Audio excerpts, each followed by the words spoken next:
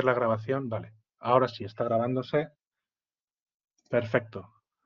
Y va entrando más gente. Bien, como les decía, muchísimas gracias. Buenos días a todas y a todos. Mi nombre es José Vicente Sánchez. Me han comentado que me presente porque la profesora María Dolores Pitars, directora del Instituto Interuniversitario de Desarrollo Local, tiene un asunto importante. Está en las elecciones al Departamento de Geografía. Y me ha pedido, por favor, pues que yo mismo me pueda presentar y a esto estamos, ¿no? Para los que no me conozcáis, pues me dedico a la consultoría como geógrafo profesional, ¿vale? Realizando, digamos, distintos trabajos que se orientan a la planificación estratégica. También redacto o elaboro con distintos equipos, por supuesto, planes de ordenación del territorio, de urbanismo. También trabajamos en cuestiones de paisaje, de turismo y ya para rizar el rizo también nos dedicamos a desplegar distintos procesos de participación ciudadana. Llevamos ya 20 años dedicándonos a estas cuestiones y bueno, para mí es todo un placer y un honor estar hoy aquí compartiendo con todos ustedes pues un ratito sobre un tema que entiendo es vital, fundamental para nuestro futuro inmediato y también a medio, incluso largo plazo, ¿no? Ya veremos y ya verán ustedes por qué hago esta afirmación.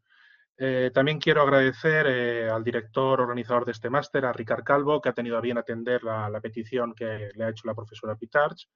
Y, como no, quiero compartir el éxito o el fracaso de esta charla, esperemos que sea exitosa, en este caso con mi exalumna y compañera hoy, Carolina Burriel, que, como ya comenté hace un par de semanas o tres, pues se ha prestado muy amablemente a echarme una mano para llegar al día y a tiempo en todos los líos que un servidor pues se va metiendo, ¿vale? Vamos a ver que aquí ha saltado. Esto es perfecto. Como ya les anuncié hace un par de semanas en mi primera charla, una charla que estaba orientada a la acreditación y verificación del cambio climático, y lo centramos especialmente y de forma específica en el ámbito de la Comunidad Valenciana. Una vez acreditadas estas cuestiones y pusimos las cartas boca arriba y planteamos los escenarios de futuro que se derivaban de esta verificación de las cuestiones del cambio climático, nos quedaba una segunda charla, esta, la de hoy, que a petición de la profesora Pitarch pues me ha pedido que preparara para todos ustedes, ¿vale? Esta segunda parte quizás sea un poco más dura, quizá para el público que no esté muy vinculado o asociado a las políticas de la Unión Europea, porque las cuestiones y el partido que empieza ahora, el ahora qué, después de la verificación de un hecho constatable que es, a mi juicio, mucho más grave, incluso que la actual crisis sanitaria y que conlleva, por supuesto, pues, una crisis económica de efectos todavía no bien calculados, no bien dimensionados en cuanto a sus impactos en la sociedad. Bueno, pues tenemos ahora, como les decía, todo un horizonte, ¿no? Para plantear políticas, formas, maneras de intentar levantarnos de, insisto, una situación que es coyuntural, la ya explicada y comentada del cambio climático con todos sus impactos e inconvenientes que va a generar a nivel medioambiental, a nivel económico, a nivel geopolítico, también tendrá unas consecuencias muy importantes, insisto, en las cuales la Unión Europea y los Estados tendrán que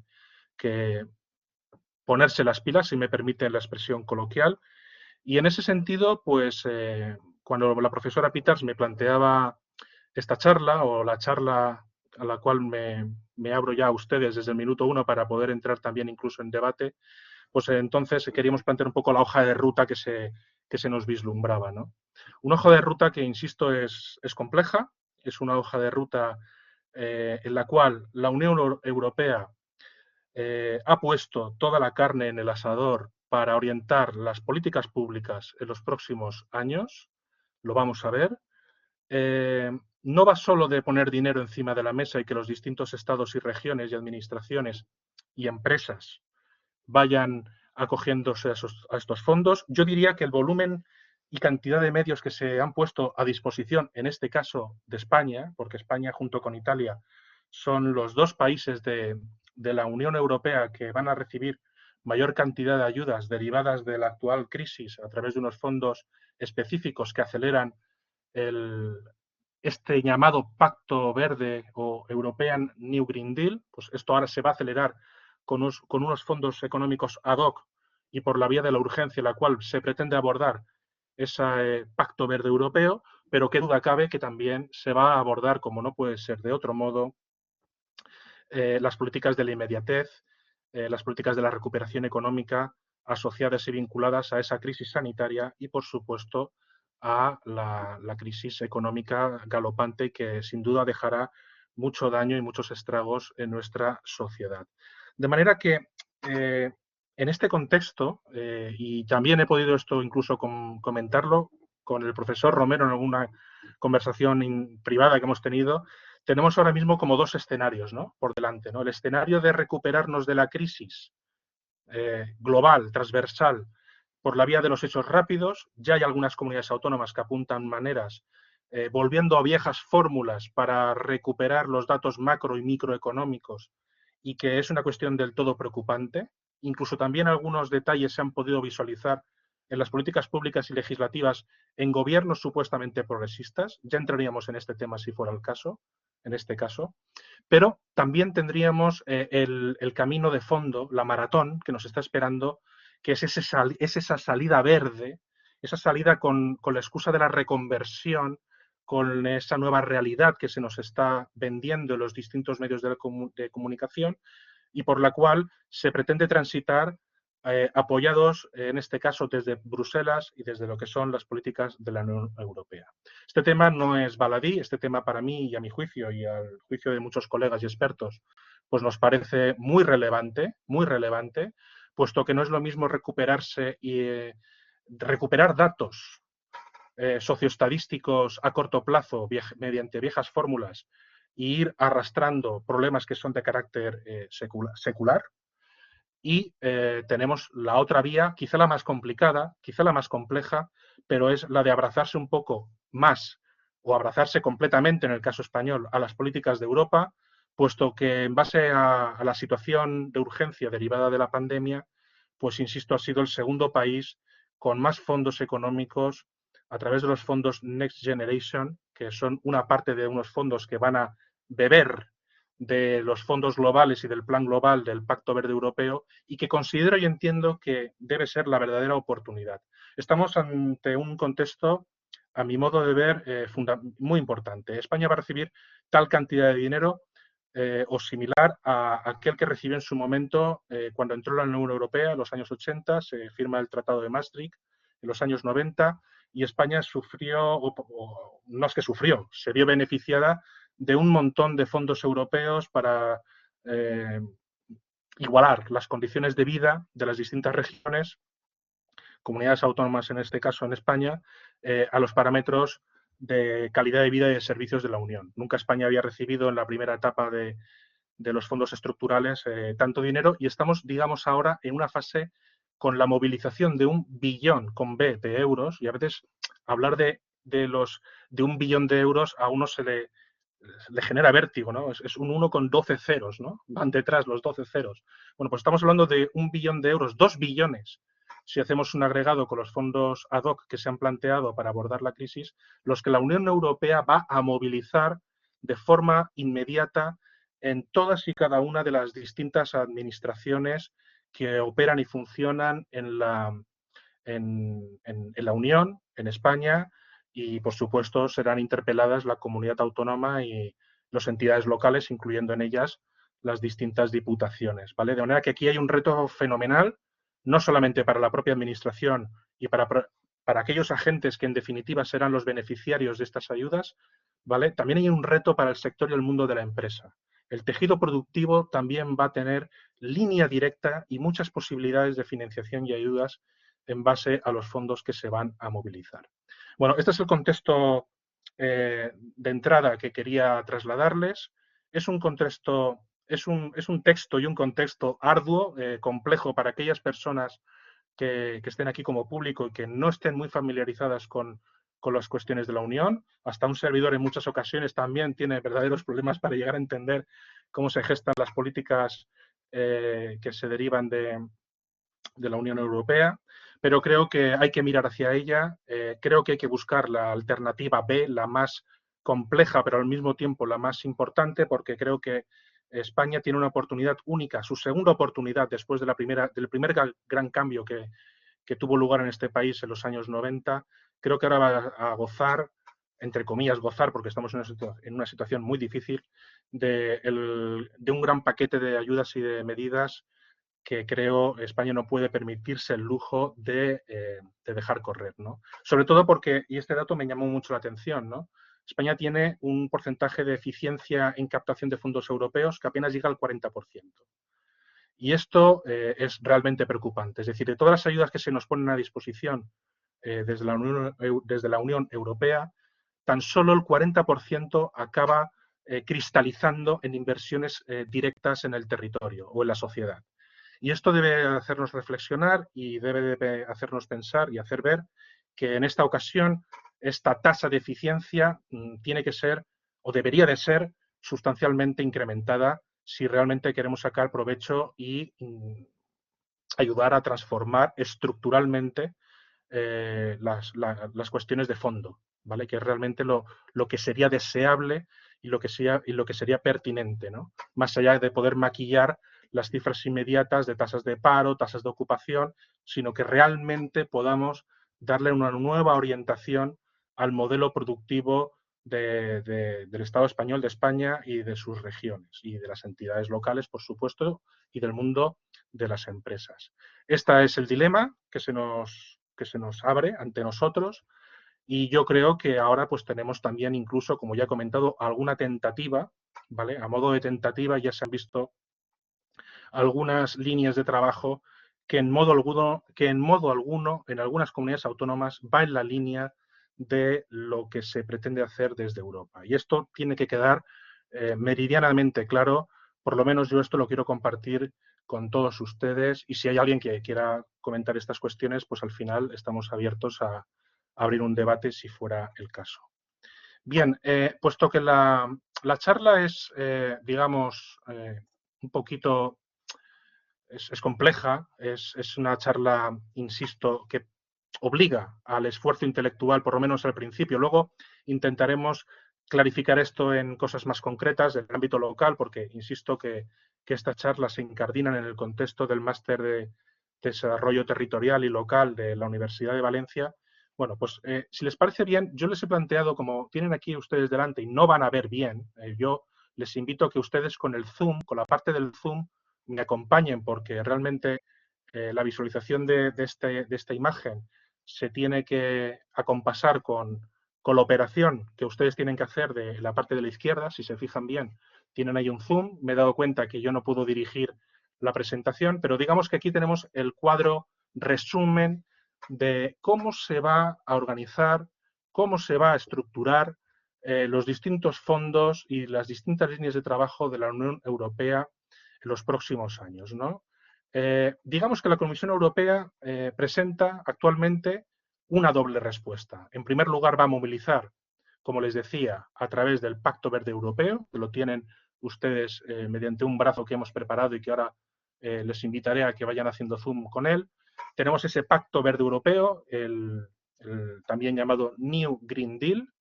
Está pensado y organizado en torno a los años 2021-2027, por tanto, en el argot de la Unión es una línea de trabajo a largo plazo y este Pacto Verde Europeo en su seno, en su contexto, y ahora sí les invito a que hagan zoom en la parte de acercar de la izquierda para que me puedan acompañar, porque yo no puedo, por desgracia, dirigirles directamente como... Bueno, pues tiene 8 ejes de trabajo, el Pacto Verde Europeo, en los cuales pues, se van incardinando, como les decía, todas las políticas públicas de la Unión en los próximos años, hasta el año 2027. Y además están alineados a los 17 Objetivos de Desarrollo Sostenible que planteó Naciones Unidas en el año 2015. ¿De acuerdo? En el año 2015, Naciones Unidas vuelve a juntarse y a pensar, reformula los criterios de sostenibilidad una vez entrados ya en el siglo XXI. La idea del programa 28 de la cumbre de Río, pues de desarrollo sostenible vinculado a las agendas 21, que luego se llevarían a la escala local, todo esto pues va quedando viejuno, ¿vale? Y en torno a la agenda urbana 2030 y con la intención de ir acotando en periodos más cortos de tiempo, pues se reformula lo que se llaman los Objetivos de Desarrollo Sostenible de Naciones Unidas, ¿vale? Y que fueron aprobados en el año 2015, ¿vale? Bien, pues todos los 17 objetivos son transversales y alimentan el espíritu del Pacto Verde Europeo, por tanto hay que cumplir con los 17 Objetivos de Desarrollo Sostenible para cumplir con el Pacto Verde Europeo y que tiene una temática completamente transversal. Conlleva e implica una serie de actuaciones que atacan y abordan la cuestión social, la justicia social, el desarrollo económico, ¿vale? Y la gestión del territorio y del medio ambiente, ¿de acuerdo? En un contexto dominante y dominado por la coyuntura climática, ¿vale? El Pacto Verde Europeo abraza la política de la Unión en cuestión de lo que se llama la acción por el clima. La acción por el clima es el contexto o el proyecto marco de la Unión Europea en el cual se plantea la hoja de ruta que Naciones Unidas marcó en el Acuerdo de París del año 2015 para no subir por encima de la media actual y tomando como referencia la primera revolución industrial, pues una temperatura media de 2 grados, ¿no? Bien, pues todos estos objetivos que el panel intergubernamental de expertos del cambio climático, la Organización Meteorológica Mundial, nos van diciendo, la mejor ciencia disponible nos va diciendo, bueno, pues todo esto, toda esta ciencia se va incorporando, se va metabolizando y ha dado pie a la concreción y formalización de estos objetivos de desarrollo sostenible, teniendo y poniendo como leitmotiv el cambio climático como punto central o uno de los puntos centrales de su actuación, ¿de acuerdo? Bien, este Pacto Verde Europeo, como tendrán ustedes delante, si han podido hacer el zoom con la flechita del más de la izquierda, pues como les decía, pivota en torno a 8 ejes que son, digamos, muy llamativos. Ya es toda una declaración de intenciones por dónde van a ir los tiros. La primera de ellas es generar y marcar un marco legal común en materia de cambio climático en base a las indicaciones que nos viene haciendo el panel intergubernamental de expertos del cambio climático de Naciones Unidas, ¿vale? Favoreciendo directivas y normativas, una ley del clima que sea trabajada o que sea traspasada a los distintos estados en base a directivas europeas. Bien, luego tendríamos un segundo eje de actuación muy importante, que es la cuestión de favorecer las energías limpias, asequibles y seguras, en lo que sería todo el reto de la descarbonización de la economía, que es la que en definitiva genera las emisiones de gases de efecto invernadero a la atmósfera y la que podría producir una subida de las temperaturas por encima de esos 2 grados con horizonte 2050 y que a partir de ese momento, al momento en que se supere ese umbral, los parámetros de habitabilidad y de sostenibilidad en el mundo se ponen realmente en cuestión y en peligro. Toda una estrategia industrial para favorecer lo que sería una economía limpia y circular, un uso eficiente de la propia energía y de los recursos de la construcción y la renovación de la vivienda y de los edificios. Por supuesto, como no puede ser de otra manera, favorecer lo que es la movilidad urbana sostenible e inteligente, es decir, parámetros relacionados con la movilidad en las ciudades, la congestión de las áreas metropolitanas y también la incorporación de nuevas tecnologías para poder monitorizar e impulsar y tener una salida no solo territorial o desde el punto de vista de las infraestructuras, sino también otorgarle una salida inteligente. Y cuando digo inteligente es incorporando procesos de innovación y de tecnología, que no es lo mismo. Es decir, la innovación debe de quedar claro que en ocasiones o no necesariamente debe ser, como les decía, una cuestión tecnológica, ¿no? La innovación es otra cosa, es la iniciativa y el ingenio para plantear soluciones ante los nuevos retos. Por supuesto, hay una línea interesante, fundamental, dentro del contexto del Pacto Verde Europeo, del New Green Deal, que le da nombre a la charla, que es la de convertir en ecológica la política agraria común, ¿vale? La preservación y protección del territorio y de la biodiversidad, a través de la red de espacios naturales y de la ordenación propiamente dicha del territorio. Y también hay una línea interesante en gestión de residuos y sustancias tóxicas o peligrosas. Estos 8 objetivos del Pacto Verde Europeo se abren, como les decía, en un montón de, esencialmente, fondos europeos, es decir, una vez marcadas las líneas de acción de este Pacto Verde Europeo, de este New Green Deal, que tiene una temporalidad que, como les decía, arranca en el año 2021 y se extiende hasta el año 2027, alineados con los 17 objetivos de desarrollo sostenible, en realidad lo que va a hacer es movilizar, en primer lugar, y de entrada, así de buenas a primeras, 1 billón con B de euros a través de la iniciativa privada, incentivando y movilizando la iniciativa privada y, por supuesto, inyectando dinero, no sin endeudarse, los estados se van a endeudar, en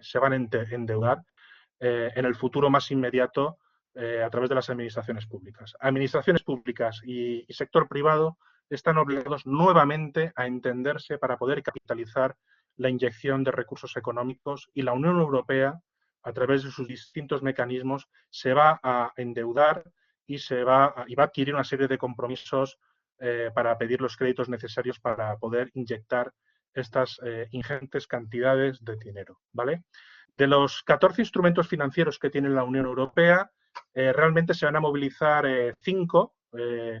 El primero de ellos a través de los presupuestos ordinarios corrientes de la Unión, que van a movilizar 503 millones de euros orientados para clima y medio ambiente a nivel general, en el contexto y marco de ese Pacto Verde Europeo.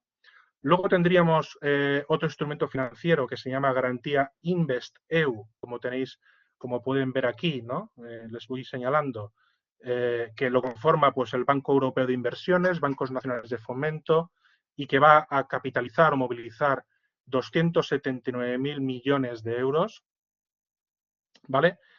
Luego tenemos los fondos RCDE, que movilizarán 25 millones de euros. Estos fondos son esencialmente vinculados a lo que es el comercio de emisiones de gases de efecto invernadero entre distintos países. Estos mecanismos de compensación entre los distintos países que van emitiendo distintas cantidades de CO2 a la atmósfera y que, por tanto, dentro del principio de quien contamina paga y de la comisión y compensación de energías, de gases de efecto invernadero, pues se va generando también una bolsa, ¿vale? Económica que aglutinaría estos 25.000 millones de euros.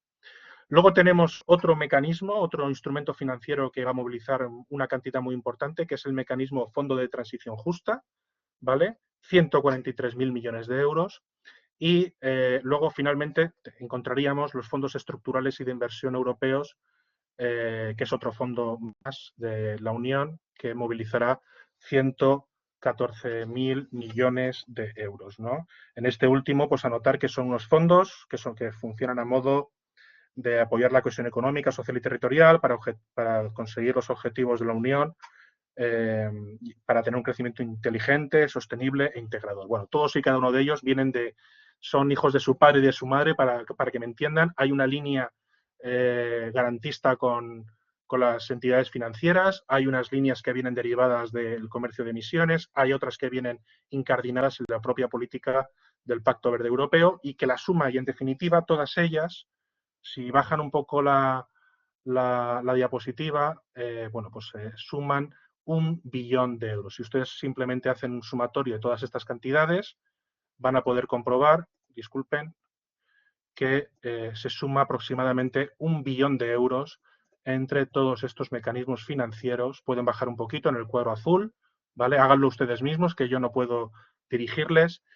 Van a ver ahí dónde están identificados estos fondos y estas cantidades y con qué objeto se van a desarrollar. Bueno, esto digamos que es el primer paquete de medidas, la primera respuesta que da la Unión Europea a largo plazo. Tendríamos después que, por algún motivo, vale, se me va moviendo la diapositiva. Luego tendríamos que presentarles, como les decía, la siguiente respuesta más inmediata, más a corto plazo, de la Comisión Europea, que se articula y se estructura en torno, y váyanse ahora a la derecha de la diapositiva, por favor, si son tan amables, con el zoom, es el Fondo de Recuperación, también llamado Next Generation. Como pueden comprobar, el fondo Next Generation de la Unión Europea tiene un periodo mucho más corto. He perdido a ver, que voy perdiendo la imagen. A ver si la consigo orientar. Disculpen. Vale. Creo que la tengo ya otra vez en marcha. Los fondos Next Generation de la Unión Europea, como les decía, van a ser más a corto plazo, 2021-2024, y van a adelantar buena parte del dinero que les he presentado, que se va a movilizar dentro del Pacto Verde Europeo. Pero además, este fondo Next Generation va a incorporar también, y quiero subrayarlo, todas las políticas para paliar la crisis del COVID, la crisis sanitaria y también la crisis económica y social que se está gestando actualmente y ahora mismo, ¿de acuerdo? De manera que al billón de euros que teníamos consignado en el Pacto Verde Europeo, habría que añadir, o podríamos considerar que se va adelantando, 750.000 millones, ¿vale? Que no es moco de pavo, disculpen mi lenguaje a veces coloquial, pero que se van a movilizar en una buena parte de ellos en forma de préstamos por parte de los estados, ¿vale?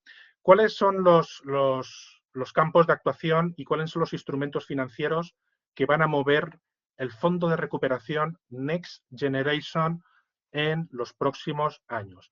Bueno, pues si se fijan bien en la parte derecha de la imagen, si van haciendo un zoom, tendríamos dos instrumentos fundamentales. El primero de ellos es el llamado mecanismo de recuperación y de resiliencia, ¿vale?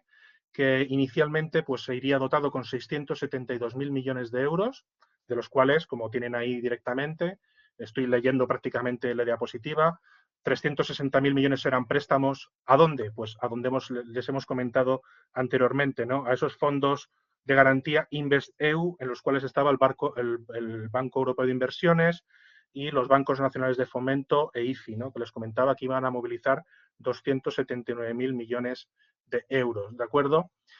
Y luego tendríamos la parte de 312.000 millones, que serían transferencias económicas desde la Unión a los distintos estados que no serán reembolsables, ¿vale? Tendrán un fondo más no hay que devolver, ¿no? En este sentido, ¿vale? Por tanto, nos vamos a hipotecar la mitad del dinero, prácticamente nos lo vamos a hipotecar y la otra mitad pues se va a tirar, si me quieren comprender ustedes, un poquito de riñón, ¿vale?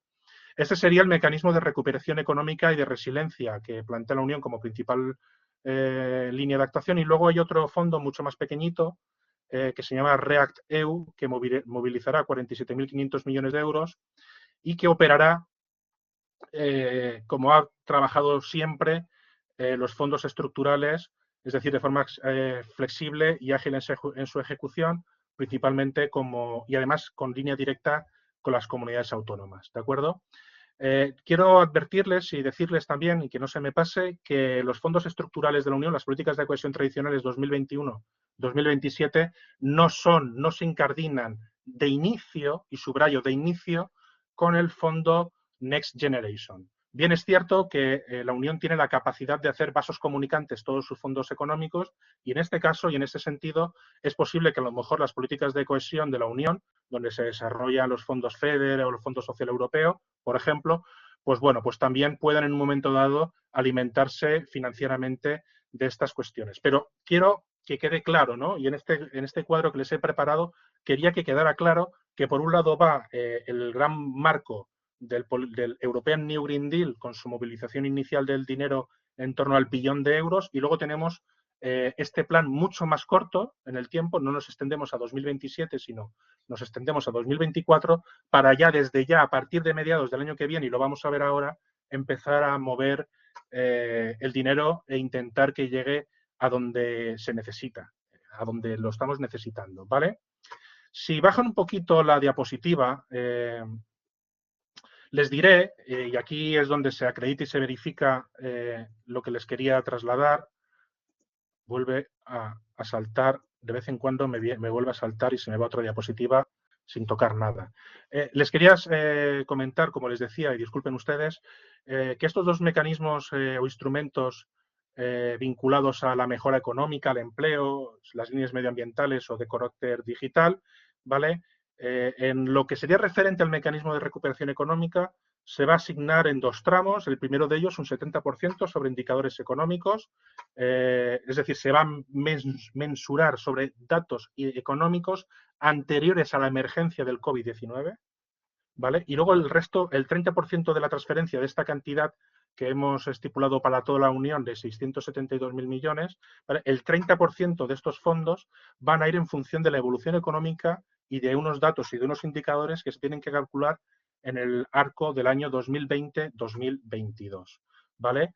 Y para su ejecución, ¿vale? ¿Cuándo vamos a empezar a ver estos dineros en nuestras administraciones? Que realmente es lo que nos importa, ¿no? Me estoy deteniendo mucho en cómo se gesta todo esto, para aquellos estudiosos que les guste un poquito mirar hacia Europa cómo se van gestando todas estas políticas, pero lo más importante, en su ejecución, ¿vale? El 70% en el año 2021-2022, es decir, pasado mañana prácticamente, les podría trasladar ya que el 70% de esas transferencias no serán reembolsables, mientras que un 30% podrá ejecutarse hasta el año 2026. O sea que hasta el año 2026 podremos ir liquidando el 100% de este mecanismo de recuperación y de resiliencia, que es uno de los dos instrumentos que ha planteado la Unión Europea en este fondo Next Generation. ¿De acuerdo?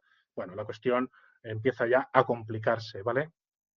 Bien, para no hacerlo tan tedioso, iré avanzando un poquito. El segundo bloque, estoy hablando ya para el caso de España, estoy siempre ya hablando para el caso de España.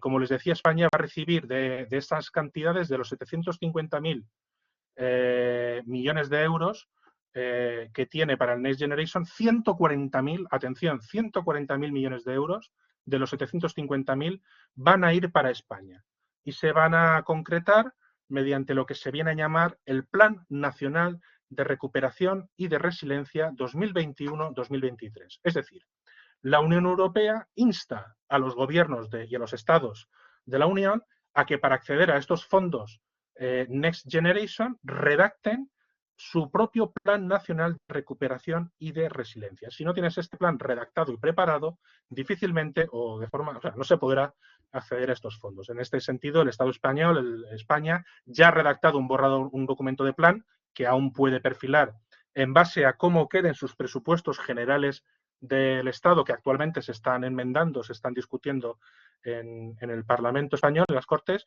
de manera que también es verdad que todas estas cifras ahora mismo se están dilucidando y concretando. La parte española, la parte de anclaje entre los presupuestos generales del Estado, está buscando su acomodo con los planes europeos y con la transferencia ya decidida fija, de 140.000 millones de euros para el Reino de España, en este caso, ¿de acuerdo? Que no es moco de pavo. Bien, ¿qué dice nuestro Plan Nacional de Recuperación y de Resiliencia? Pueden bajar, por favor, si quieren, en este macro cuadro que les he ido preparando. ¿Qué dice nuestro Plan Nacional de Recuperación y Resiliencia? Que, bueno, se le ha acuñado, les he puesto aquí la pegatina para que empiecen a asociarse a él. Se llama España puede, ¿no? Bueno, pues está articulado en 4 ejes especiales o 4 ejes de trabajo.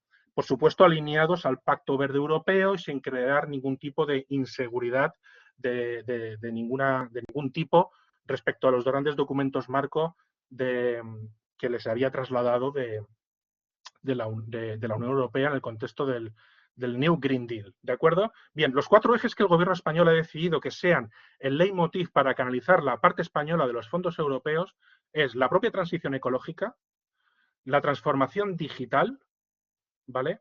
La cohesión territorial y social y las políticas de igualdad de género. Estos 4 elementos son el documento árbol, el documento marco, ¿vale? Que va a intentar anclarse con una serie de políticas palanca, que les cito a continuación, y una treintena de proyectos para intentar canalizar los 140.000 millones de euros que le corresponde al Estado español en el contexto Next Generation hasta el año 2004 y ejecutables, como les decía, hasta el año 2026.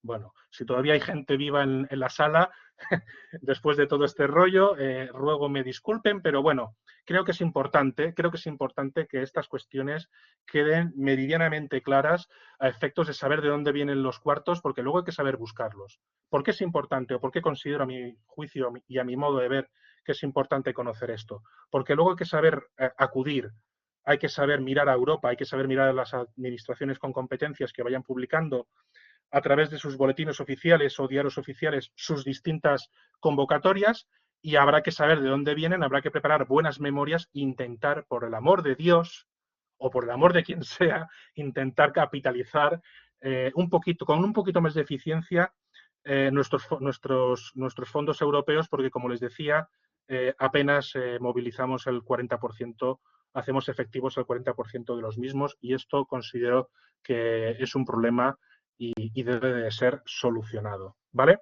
Bien, las políticas palanca del Plan Nacional de Recuperación y Resiliencia 2021-2023 se organizan en torno a 10 puntos, que tampoco quiero leer para no hacerlo muy pesado, pero van siempre en la línea de todo lo que hemos estado comentando, ¿no?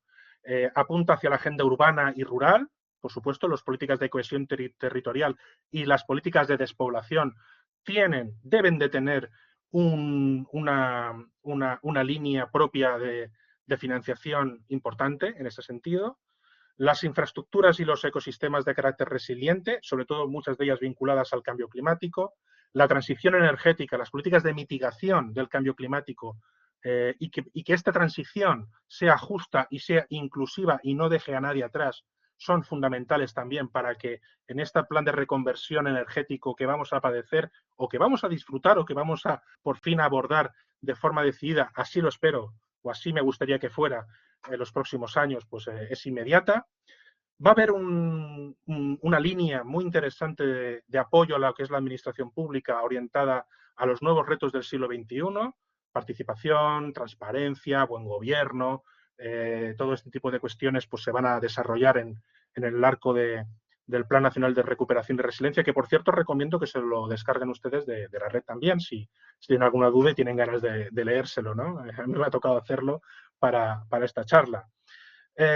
Por supuesto, el Pacto por la Ciencia y la Innovación, el refuerzo nacional del sistema de salud, educación y formación continua, desarrollo de capacidades, en fin, políticas de empleo, la economía de los cuidados en una sociedad envejecida, en fin, el tema de los paliativos a nivel sanitario, servicios sociales, por decirlo de alguna manera, pues es una línea que no podía dejarse, por supuesto, en este campo, ¿no? El impulso de la industria, la cultura y el deporte y la modernización del sistema fiscal. Bien, pues bueno, pues son estos, no sé si será una carta a los Reyes Magos, pero sí que espero que sirva el documento para anclarse y encajarse y alinearse con las políticas de la Unión.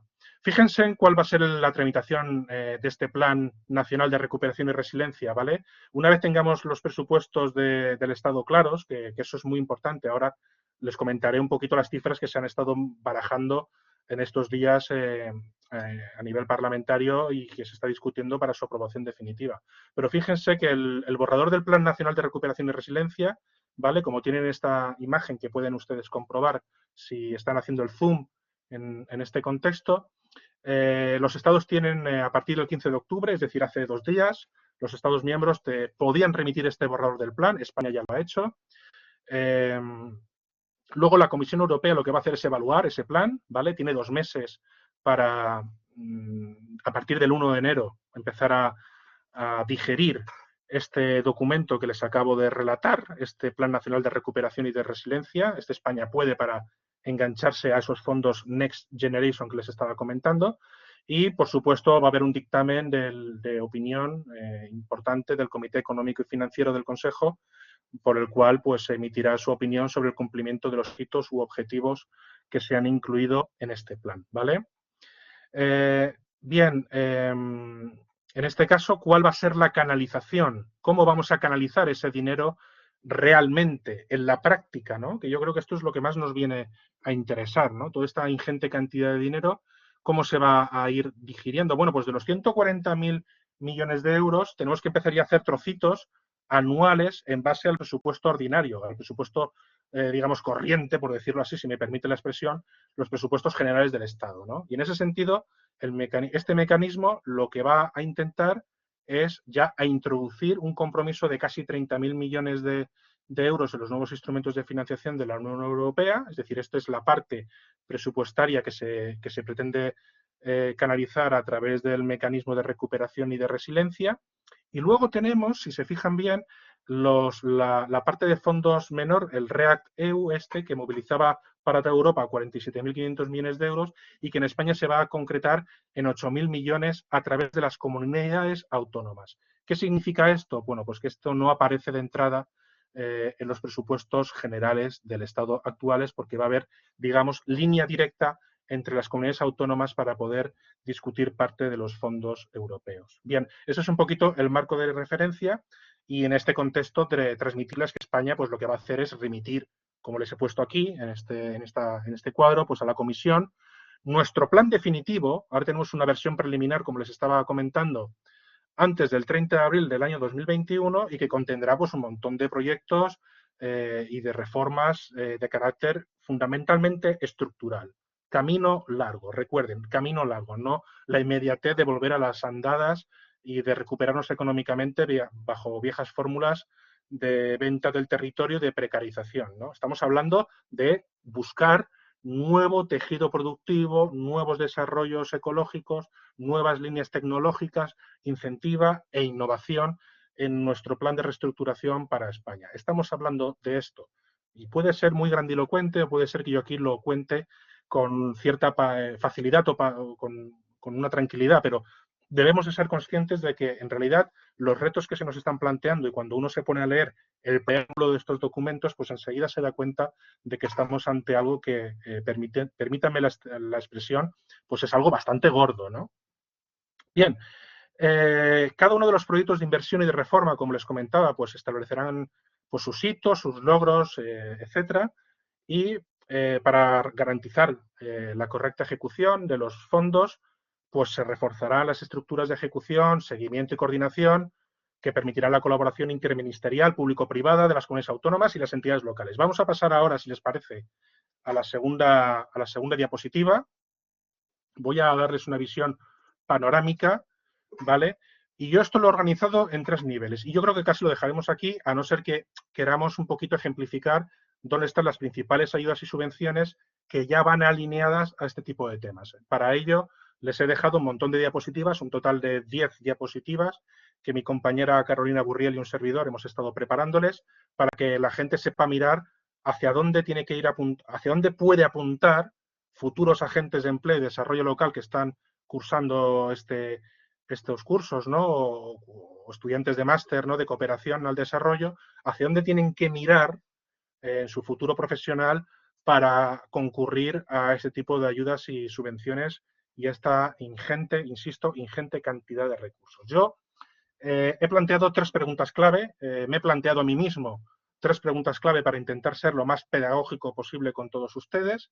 La primera de ellas es cómo se va a organizar España para poner en marcha los fondos europeos, ¿no? Bueno, pues si se fijan bien, el Next Generation alineado y anclado al proyecto del Plan Nacional de Renovación y Resiliencia que les he comentado, el Plan Nacional de Recuperación y de Resiliencia, perdón, pivotará en 6 grandes ejes de trabajo interno, ¿vale? En primer lugar, va a haber una comisión interministerial del Fondo Next Generation, ¿vale? Los distintos ministerios que conforman y que acaban representados en el Consejo de Gobierno, ¿no? En el Consejo de Ministros, pues tienen que hacer su trabajo de coordinación para repartirse los dineros, y a esto, pues, ha sido recientemente los medios de comunicación habrán visto como Pablo Iglesias estaba pidiéndole a Pedro Sánchez su huequecito, ¿no? Quería su hueco, ¿no? Lo habían dejado fuera de estos presupuestos y habían una suerte de ministros del Partido Socialista y el partido de Podemos, en este caso, pues en estos 2 días últimos se ha estado quejando, y creo que ha habido finalmente una rectificación porque habían ministros que se habían quedado fuera de esta comisión interministerial del fondo Next Generation. De manera que les estoy hablando desde la más rabiosa actualidad, ¿vale? Esta presentación quizá mañana sea antigua, pero la presentación de hoy apenas tiene 48 horas de vigencia por los detalles que les estoy contando.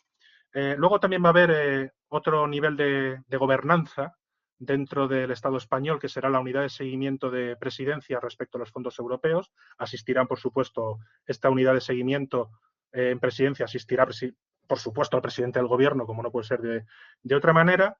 Habrá una conferencia sectorial de fondos europeos con las comunidades autónomas coordinadas por el Ministerio de Hacienda, y esto es muy importante porque desde aquí se podrán arbitrar las políticas y los fondos europeos en la esfera o en el ámbito autonómico. De manera que, atención a esta conferencia sectorial de fondos europeos con las comunidades autónomas, porque en definitiva van a ser estas las que posiblemente, más que posiblemente, seguramente, van a trasvasar y van a articular los mecanismos de coordinación entre el Estado español y las comunidades autónomas a efectos de transferir los fondos europeos por razón de competencia a todas las comunidades autónomas y las distintas administraciones. Por supuesto, va a abrirse otro escenario de gobernanza, ¿vale? Voy a hablar de gobernanza y además, aprovechando que el profesor Romero, no sé si lo tenemos por aquí aún, voy a comprobarlo. Sí, lo tengo por aquí aún. Otro nivel de gobernanza importante, como les decía, va a ser ese diálogo con agentes sociales, foros y consejos consultivos, agentes privados y sociedad civil. ¿De acuerdo? Es decir, va a haber un nivel de aterrizaje de estas cuestiones, no tanto a nivel de grandes ministerios, no tanto a nivel de áreas tecnócratas que van a organizar estas cuestiones. Tiene que haber un trabajo de descenso y tiene que haber, y esperemos que se garantice con el tiempo suficiente. Vamos ya a contrapié por el tema de la emergencia, pero tiene que haber un tiempo suficiente para que se articulen y se arbitren estos mecanismos de diálogo y concertación con los agentes privados, porque no olvidemos que los agentes privados tendrán también línea directa de acceso a financiación y ayuda en todas estas cuestiones, ¿de acuerdo? Y finalmente, bueno, finalmente no, me quedan todavía 2, intentaré ir rapidito. Tendremos las conferencias de los presidentes que se pretenden recuperar incorporando en este punto las entidades locales.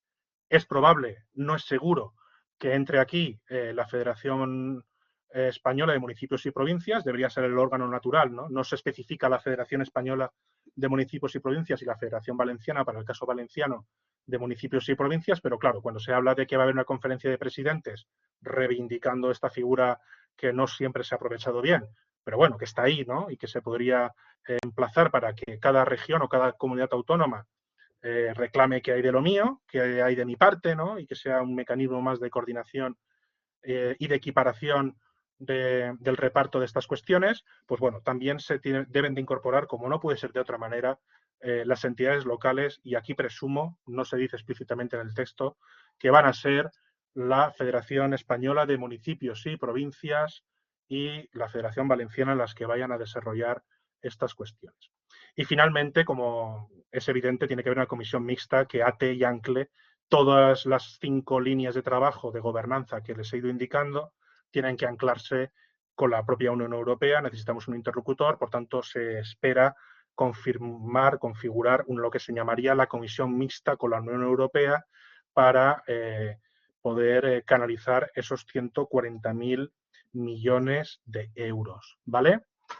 Bien, esta sería un poquito la organización de España a efectos prácticos de cómo se van a organizar los distintos niveles de gobernanza, cómo se van a despachar la toma de decisiones y los repartos de este Plan Nacional de Recuperación y de Resiliencia, que pivotaba, como les he comentado, en 4 ejes estratégicos: el de transición ecológica, transformación digital, igualdad de género y cohesión territorial y social, ¿vale? Y esas 10 acciones palanca que les he comentado en la diapositiva anterior. Todo esto, como lo van a tener, lo podrán consultar y podrán después abundar, si quieren, para mayor detalle.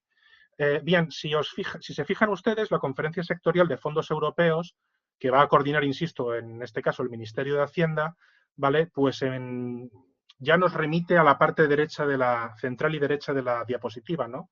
¿Cuál es el papel? La pregunta que yo me hacía, ¿no? Digo, ¿cómo puedo yo en una hora y cuarto, no sé el tiempo que me dejarán para intentar acabar este magma de información, cómo traslado yo esta información a ustedes, ¿no? Bueno, pues una de las preguntas que yo me hice y que compartía con mi compañera Carolina era ¿cómo trasladamos la información clara? Bueno, pues esto hay que descenderlo al ámbito de los niveles de gobierno, empezando, por supuesto, en la parte de arriba, en este embudo que les he dibujado, a través de los presupuestos generales del Estado, que por partidas ahora mismo deberían de reflejan ya en borrador los mecanismos de recuperación y de resiliencia. Por tanto, si se van al apartado correspondiente del presupuesto que está ahora mismo en despachos, pues podrán identificar para este año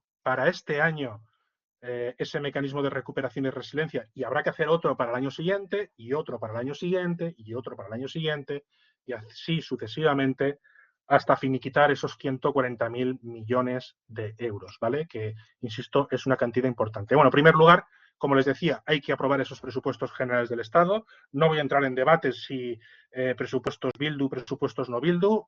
Entiendo que ha habido una altura de miras, tal vez, porque es que si no presentábamos nuestros documentos y nuestros planes ante Europa, se podía perder esta oportunidad de que, ya que Europa ha decidido que seamos el segundo país en recepción de fondos europeos en relación con la recuperación de la crisis, pues bueno, pues yo creo que a lo mejor, sin entrar en debates políticos, habría que dar un paso al frente y coger ese cabo, recoger ese guante que nos estaba brindando la Unión Europea y no permitirnos el lujo, a lo mejor, de perder esto, aunque tenga un coste emocional importante, ¿no? Pero bueno, esto es un debate que dejo para los que tengáis inquietudes políticas. En cualquier caso, era fundamental redactar este Plan Nacional de Recuperación y de Resiliencia. Era esencial presentarlo y defenderlo ya en Europa. No se puede estar sin presupuesto general del Estado, y porque es que este es el garante de que todo lo demás funcione y que se vaya encadenando.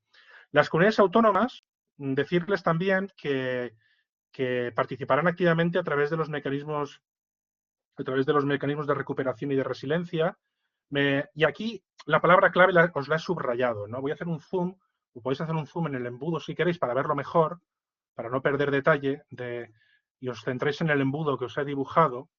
Fijaos bien, porque aquí, ¿cómo se va a articular esta cuestión, ¿no? Pues en base a esa comisión que les he trasladado de la Conferencia Sectorial de Fondos Europeos con las comunidades autónomas y que iba a coordinar el Ministerio de Hacienda, bueno, pues aquí se van a firmar una serie de convenios, con los distintos ministerios por razón de competencias, y ahí en ese momento, cuando se firmen esos convenios, ¿vale? Pues se detallarán los programas, las convocatorias, los programas marco, fijando los sectores económicos que se entiendan sean claves, ¿vale? Sus hitos, sus objetivos, pues como todo plan estratégico de toda la vida. Simplemente que está un poquito magnificado por la cuestión de que estamos hablando de un plan a nivel nacional, ¿no? Pero, por supuesto, no tiene más. Es decir, las comunidades autónomas tienen que marcar también y hacerle llegar al Estado sus hojas de ruta, sus documentos marco, para firmar los pertinentes convenios y hacer las transferencias que, por razón de competencias, le corresponda a cada nivel de gobierno para poder licitar las distintas ayudas y subvenciones, ¿vale? Esto por la parte de las comunidades autónomas. Y cuando hablo participarán, está en futuro. Estoy utilizando un verbo que es un futuro. Participarán. Todavía no se ha hecho. Todavía no se ha hecho y, bueno, pues habrá que hacerlo de forma inminente, y es una de las cuestiones que en breve las comunidades autónomas, la Comunidad Valenciana en este caso, Comunidad Central ya la nuestra, pues tendrá que hacer de forma inmediata o en breve, cuando se empiece a funcionar de estas cuestiones. Luego también quería hablarles de las entidades locales, ¿no? Que quizá ya es un poquito el ámbito más natural de la gente que es público interesado dentro de este máster. Las entidades locales tendrán su participación tan activa en la propuesta y desarrollo de proyectos, de manera que se articularán. Vuelvo a utilizar un verbo futurible, se articularán. Todavía no está hecho mecanismos de colaboración, ¿vale? Para que dentro del ámbito de sus competencias, es decir, la Ley de Bases de Régimen Local, la 785 y la Ley del 2013 de Reforma Local, dentro de sus competencias, pues se les incluya parte de los fondos. Acuérdense que se prevé en la conferencia de presidentes la incorporación de las entidades locales y lo que yo les venía a decir que supongo, espero y entiendo que la Federación Española de Municipios y Provincias es probable que tenga algo a decir en estas cuestiones. Y finalmente nos vamos ya al ámbito de las empresas, ¿no?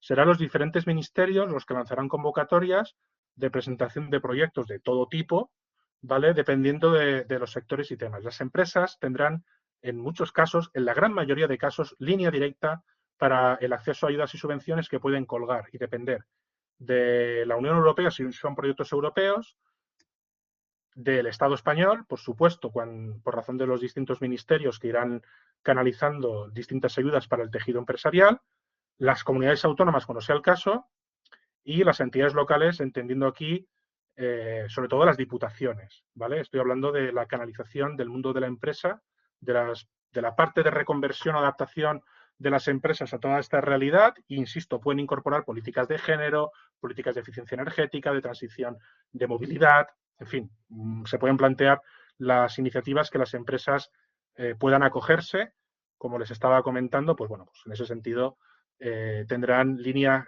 en general directa para canalizar estas ayudas y estos fondos sin mayor intermediario que el último eslabón por razón de sus competencias para desencadenar estos fondos, ¿de acuerdo? Bien, ¿cuál es la elegibilidad de las actuaciones? Pues nada, no me paro ni a leerlo, ya lo tenéis ahí delante, pero bueno, resiliencia económica y social, sostenibilidad, competitividad a largo plazo y empleo, capital humano, educación, formación, salud, bla, bla, bla, bla, bla, bla, capital fijo, investigación, desarrollo, innovación, capital natural, energía renovable, medidas de adaptación y de medidas de mitigación y de adaptación al cambio climático. Lo digo porque como me he enzarzado en este magma de información europea y a nivel nacional para canalizar los fondos europeos, lo digo porque esta segunda parte viene inspirada en la primera charla que les pude dar de esa verificación y esa acreditación del cambio climático en la Comunidad Valenciana en este caso, ¿de acuerdo? Vale, aquí se me está despidiendo mi compañero Esparcia. Bien, no te preocupes que se está grabando. Gracias, Javier. Me alegro que te esté gustando. Vamos a ir descendiendo al ámbito más autonómico y local, si les parece bien, para ir acabando. Ya es la 1:30, me han dicho que era 1 hora aproximadamente, luego ya empiezo a estar fuera de tiempo. ¿Cuál es el papel de la Comunidad Valenciana? Bien, el papel de la Comunidad Valenciana pues, se va a organizar en torno esencialmente a través hay una transferencia del 10% pactado, unos 415, 416 millones de euros que se están negociando actualmente para la Comunidad Valenciana en ese reparto de esos fondos y que va a empezar a funcionar en breve, ¿vale? Y luego, pues las distintas administraciones, el Ministerio de Agenda Urbana y de Movilidad, etcétera, el MITMA, comerá parte con sus fondos económicos a los cuales tendrá escritos y luego tendremos el MITECO, que también tendrá, voy a hacer un zoom si les parece bien para que se vea bien, o háganlo ustedes si quieren, porque aquí estas celdas que tienen de color verde, el de la izquierda son los fondos del MITECO, ¿vale? El Ministerio de Cambio Climático, Transición Energética, Reto Demográfico, etcétera, y aquí tienen los millones de euros que en principio los presupuestos generales del Estado ya están reservando, 610 millones de euros en conservación y restauración de ecosistemas, 500 millones en economía circular, 149 millones en preservación de recursos hídricos, esto es a nivel nacional, ¿vale? Y luego del MITMA, del otro ministerio que les comentaba de agenda urbana y movilidad, etcétera, bueno, pues tenemos casi 6.000 millones para temas de ferrocarril, carreteras 3.000 millones casi, no, 2.300 millones, en políticas de vivienda y agenda urbana 2.200, en transporte marítimo, en fin, aquí tienen un poquito lo que los presupuestos generales del Estado están consignando. Vale, aquí tienen en estos dibujitos los distintos documentos y planes, algunos ya redactados desde hace un par de años máximo son los documentos nacionales que en materia de cambio climático ya están redactados y que en principio hay que dotarles de presupuestos, ¿vale? No hay una cosa más decepcionante que redactar leyes sin presupuestos o redactar planes o documentos que no estén alineados. De manera que aquí, en el contexto de la Ley de Cambio Climático y Transición Energética que impulsa el MITECO, ya tiene que haber una línea de coordinación. Recientemente, hace 2 o 3 semanas, se aprobó el Plan Nacional de Adaptación al Cambio Climático para las medidas estructurales al territorio. Tenemos también el Plan Nacional de Integrado de Energía y Clima y la Estrategia de Descarbonización a largo plazo. Bien, estos documentos que tienen aquí, digamos que son los documentos marco de base legislativa o de base programática que van desarrollando todas estas cuestiones, aunque sea de forma ya adelantada. Esos documentos son anteriores a los documentos de Next Generation e incluso el Pacto Verde Europeo, algunos son de la misma época. Por tanto, digamos que esos son documentos que hay que reaprovechar y reciclar y reutilizar para inyectarles capital económico, ¿de acuerdo? Luego, finalmente, en el ámbito de la Generalitat Valenciana, comentarles en el campo que a mí más me he centrado, pues contamos con una estrategia valenciana de cambio climático con horizonte 2030, ¿vale? Y ahora mismo les he traído sucintamente una nota, ¿no? Chimo Puig negocia incluir más de 2.400 millones de obra pública dentro del plan europeo. Esta noticia es de hace 4 días en el Confidencial. Aquí a la derecha tienen la carta a Reyes Magos que en principio el Consejo se ha ido planteando para financiar su transición energética y de cambio climático. Por tanto, y a modo de conclusión, y para no hacerlo más largo, estamos pendientes de esos convenios entre comunidades autónomas y Estado, estamos pendientes de la participación activa y de cómo se va a canalizar esto a través de las entidades locales para el desarrollo local. Estaremos pendientes, habrá que mirar, las empresas tendrán que mirar los distintos sectores económicos para poder canalizar estas ayudas. Muy rápidamente, en 2 minutos, les voy a enseñar el resto de material que les he preparado y yo creo que hasta aquí acabaría un poquito mi intervención. Si simplemente permítanme que les presente el documento que les voy a dejar en sus manos. ¿Qué ayudas y subvenciones encontramos en las consellerías de la Comunidad Valenciana en materia de adaptación y mitigación al cambio climático? Bueno, pues aquí les he ido dejando actualmente algún tipo de órdenes, ayudas y convocatorias que están funcionando. No me voy a detener ahora en ellas, las tienen a su disposición, ¿vale? Desde las distintas administraciones y consellerías, ¿vale? Les voy dejando las distintas referencias. Este es el pacto de las alcaldías, ¿no? El pacto de las ciudades por el clima, ¿no? La red de ciudades por el clima, el pacto de los alcaldes que se llama para plantear la transición energética y medioambiental en el ámbito del cambio climático, por supuesto. Este documento también se está gestando, ¿no? 4 millones de euros, ¿no? El plan autonómico Alsemnos, ¿no? Que creo que es un documento que creo que debería también de ser consultado por todos ustedes si tienen curiosidad para ver cómo está organizando actualmente el gobierno valenciano toda la cuestión de la recuperación en nuestra escala y en nuestro ámbito. Les dejo simplemente la referencia para que sea consultado. Nos hemos fijado también en las ayudas por principio de subsidiariedad. Mira, Juan ya se va, gracias. ¿Qué ayudas y las diputaciones, ¿no? Valencia, Castellón, Alicante? ¿Dónde están las distintas ayudas en materia de cambio climático? Se las dejamos aquí, ¿vale?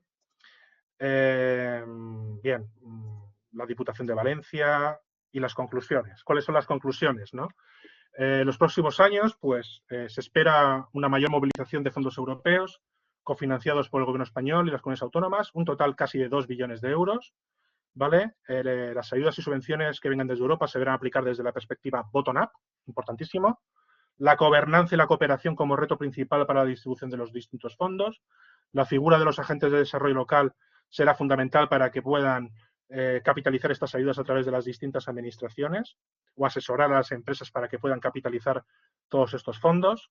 Contamos con los planes de acción para el clima y energía sostenible, PACES, como herramientas que llevan ya unos años en funcionamiento y que creo que deben de ser revitalizadas e inyectadas con capital para poder desarrollarse estos PACES, que en muchos casos están al 30 o al 40% de su ejecución, cuando no menos.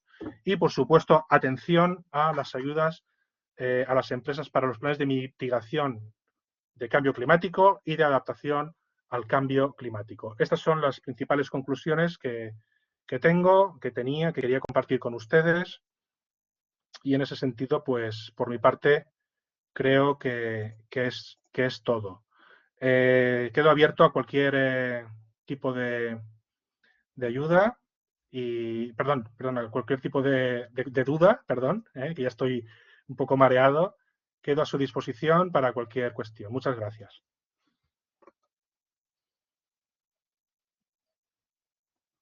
¿Alguien quiere comentar cualquier cuestión? ¿Alguna idea?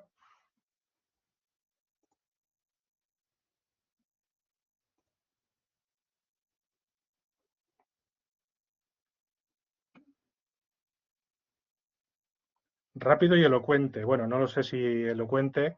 Es verdad que si me paraba mucho, Elizabeth, me iba a costar poder llegar a todo, ¿no? El final he ido un poco a trompicado para intentar haceros llegar toda la información, pero bueno, entiendo que esto es una mirada, esto es un panorama a todo lo que se va a cocer en los próximos años y por tanto está a vuestra disposición para que lo podáis desarrollar con más calma. Para mí lo importante de esta charla, de esta jornada, para mí era compartir con ustedes la mirada que tiene que tener las entidades locales y las empresas hacia Europa en base a la ingente cantidad de millones de euros que se va a desplegar en nuestro territorio. Por tanto, es una oportunidad de trabajo, es una oportunidad para reconvertir, para pensar y para tomar decisiones. Espero que vayan en la buena iniciativa.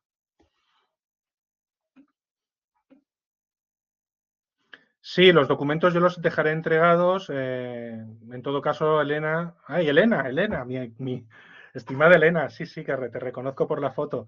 Sí, estos documentos los dejaré aquí y poneros en contacto con la dirección del máster y que os los faciliten, ¿vale? No habrá ningún problema.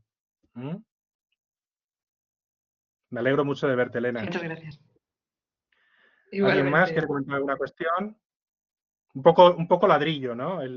La información, un poco dura, ¿no? Pero bueno, espero que haya servido, que os aproveche para los que trabajáis en estas cuestiones.